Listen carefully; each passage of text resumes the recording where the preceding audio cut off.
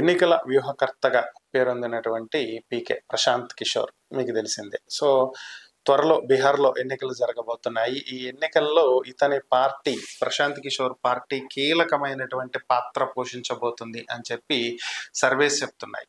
So ఎన్నికలు జరగనున్నటువంటి నేపథ్యంలో అనేక సర్వే సంస్థలు చేసినటువంటి సర్వేలో ఏ కూటమికి ఎన్ని సీట్లు వచ్చేటువంటి అవకాశం ఉంది అనే దాన్ని బట్టి అంచనా వేస్తే దాదాపుగా 36.2% ఎన్డీఏ కూటమికి, అలానే 35.8% అటు ఇండియా కూటమికి వచ్చేటువంటి అవకాశాలు ఉన్నాయి. సో కీలకంగా ఇక్కడ ప్రశాంత్ కిషోర్ సీఎం అవ్వాలి అని చెప్పి 13% మంది ప్రజలు కోరుకుంటున్నట్లుగా సర్వే సంస్థలు వెల్లడిస్తున్నాయి. సో ఈ రెండు కూటముల మధ్యలో ఉన్నటువంటి డిఫరెన్స్ చాలా నారోగా ఉన్నటువంటి నేపథ్యంలో ప్రశాంత్ కిషోర్ ఎటువైపు మద్దతు ఇస్తే వాళ్లే గవర్నమెంట్ ఫామ్ చేసేటువంటి అవకాశం ఉందని బీహార్లో.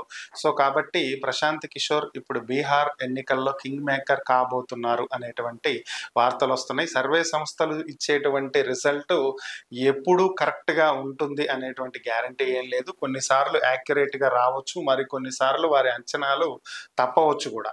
సో ఓవరాల్గా మరి బీహార్ ఎన్నికల్లో ఏం జరగబోతుంది అనేది మరికొద్ది రోజుల్లో మనకు తెలిసే అవకాశం ఉంది.